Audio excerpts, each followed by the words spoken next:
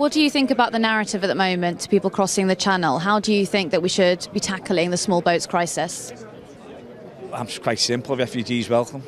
Hello, I'm here on Church Street. It's been a bit of a strange day. Raining a lot, cold, windy. Sometimes the sun even giving a guest appearance. Been raining, so it stopped. I've come out now to give my usual report.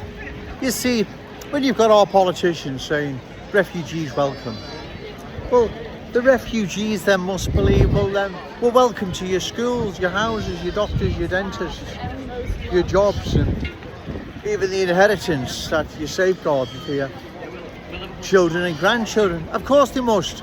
But what other impression would they be getting when our MPs are saying refugees welcome?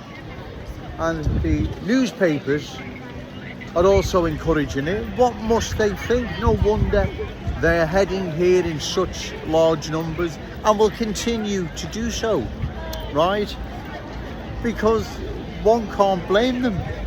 Refugees welcome. Well, what does that mean? Well, we're welcome to everything that you've got, right? In fact, we want it. You see, the more new arrivals that come into our city, we are competing with them, right? Our children and grandchildren, they will be competing with their children and grandchildren. That's obvious, right? So what is rightfully ours, what is being passed down to us, the sacrifice for the inheritance we're supposed to be safeguarding for our children and grandchildren is immense, right? It literally is. What would the poor victims of Hillsborough think? They could see their city now, and they could see these politicians. Refugees welcome, and the paper's all in favour of them, right?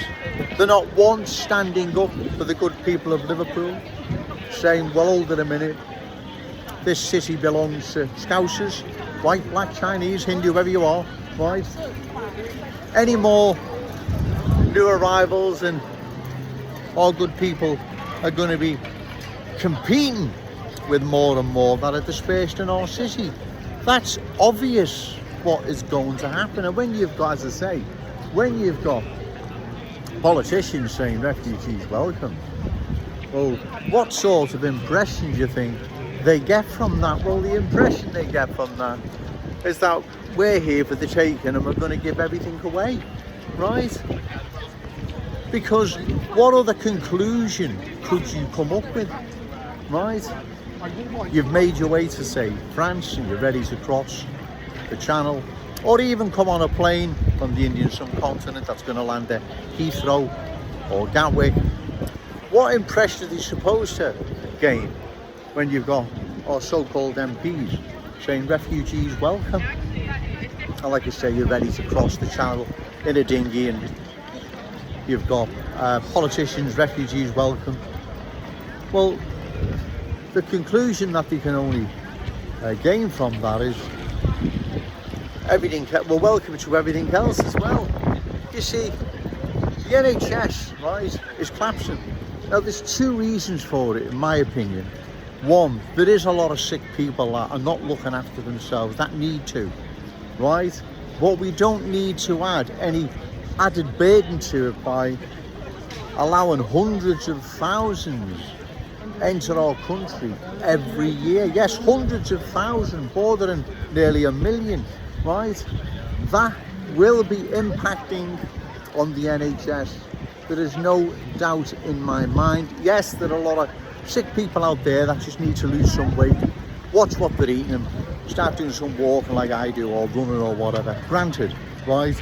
But we don't need any more problems to burden the NHS further. Housing crisis, job crisis, young kids now competing with the migrant kids for a place at their local school.